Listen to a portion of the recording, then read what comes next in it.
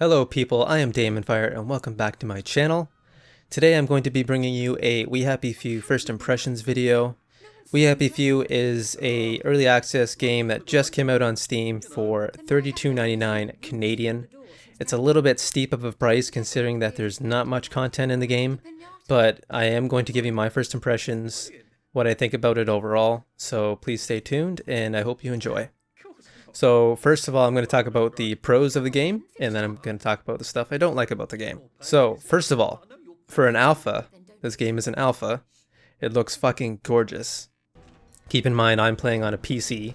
I am playing at max settings, and it is a very, very beautiful game. Now, despite the content itself being a little lackluster, it is very addicting and fun to play. There's lots of replayability here. It is a procedurally generated world, so not everything is always going to be the same. I mean, the dialogue for certain quests is going to be the same, but in terms of where everything is and, you know, all your loot and stuff, it's always going to be different. The combat is very, very simple, maybe a little bit laughable, but it is fun beating the shit out of people, especially with your fists. You can fight with a variety of weapons like sticks and shovels and stuff like that. There are craftable weapons, but they do break a little too easy, so that is one of the cons that I talk about later. For the most part, the game itself runs very, very smooth. There is zero screen tearing, no frame drops, no audio issues that I could notice anyway. I know a lot of other people have, but maybe it has to do with their VSync on and off or something like that. I know a lot of people were experiencing screen tearing, but me personally, I have not noticed any screen tearing yet. The crafting system is very, very simple. Once you do enough exploration, that is, to find the required items. When you find certain items for a recipe, you learn that recipe. There's lots of exploring to do in this game, especially once you leave the first island. You gotta check every building, every mailbox, every corpse, every dresser, and you will find a shit ton of stuff. I like the fact that people look at you differently depending on what you're wearing and what kind of actions you take. So for example, in the first area, I'm going to call it Downerville. This is the area where all the people who don't take their drugs, so they're all very poor and lonely and a little bit psychotic. These people will interact with you better if you're wearing a torn suit, for example. So you can talk to them easier, you can swap items and stuff like that. And in Happy Town, I'm going to call it Happy Town, if you're wearing a proper suit, which is a perfect suit, that helps you to blend in with them because this is the higher society.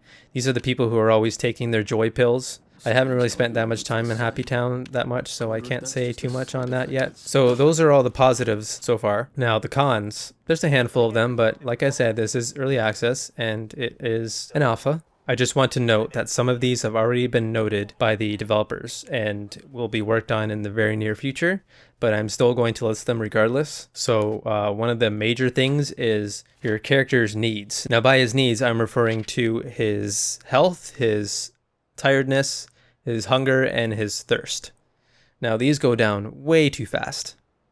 Your character gets tired after just having slept for 10 fucking hours, and your character gets hungry so quickly, thirsty so quickly. Thank God there's water pumps all over the city, otherwise you'd probably die of thirst.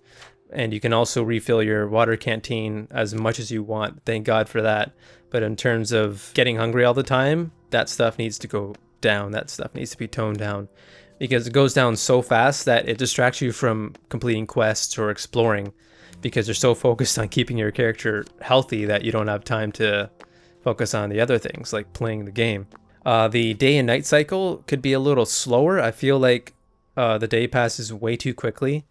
Also, it would be nice if there was some sort of indicator on the HUD for an actual time of day, like a sun and moon dial that would show you, like, you know, when the sun's going to go down and when the day is coming to an end.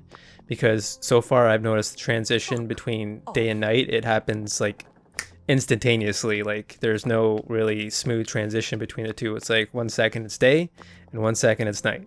Now there are many bugged quests, which of course it's an alpha, so that is completely understandable. But these bugged quests do prevent certain quests from being completed.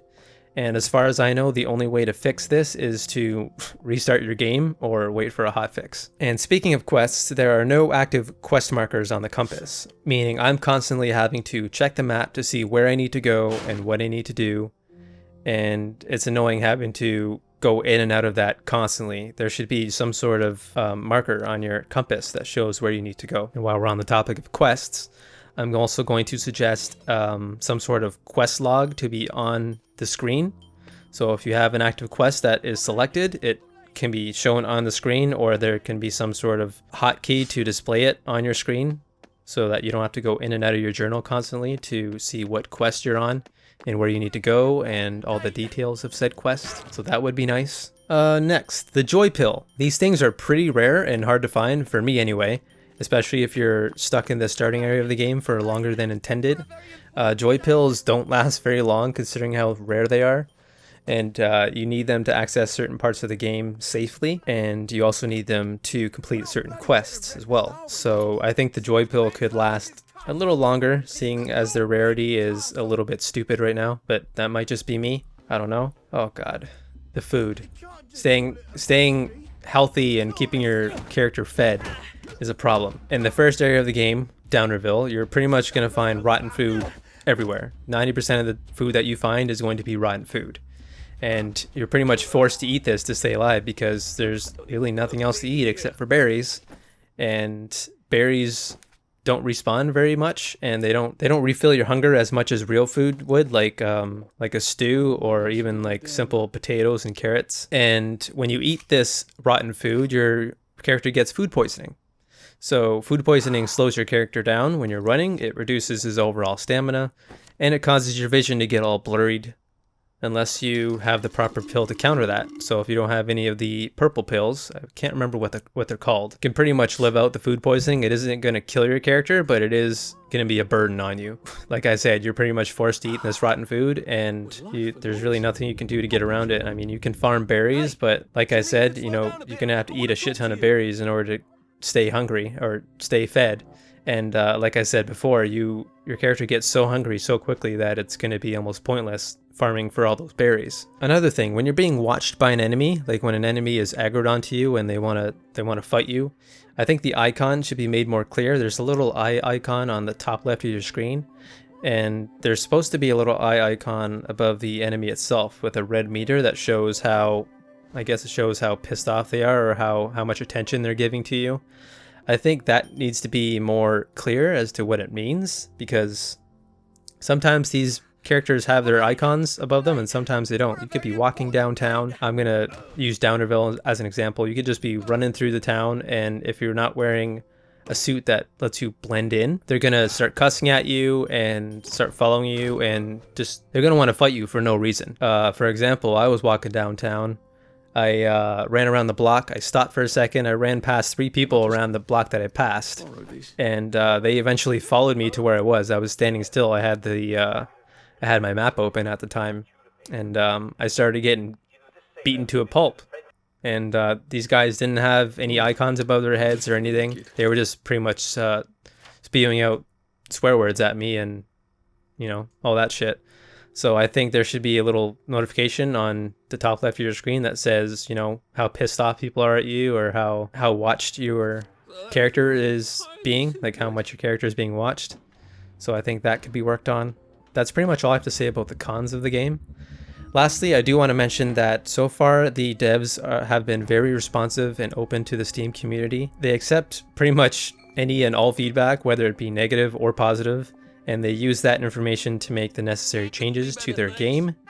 There have already been 2 hotfixes since release, so that's a good sign. I love how quickly these guys take action when it comes to supporting their title. So keep on going, guys. You're doing a great job so far. We Happy Few, it's pretty fun. Like I said, I'm not really into the whole survival kind of genre of games, but I suggest you give it a shot. Maybe you'll like it. Like I said, the price is a little steep, but if you can get a copy of this, I think you'll enjoy it, especially if you're a fan of survival games. Anyways, that's all I have to say. Let me know your thoughts in the comments below, whether you think this game is cool, if it's to your liking, if you don't like games like this at all. And as always, guys, thank you for stopping by, And please leave a like, leave a comment, let me know your thoughts, and I'll catch you guys on the next video.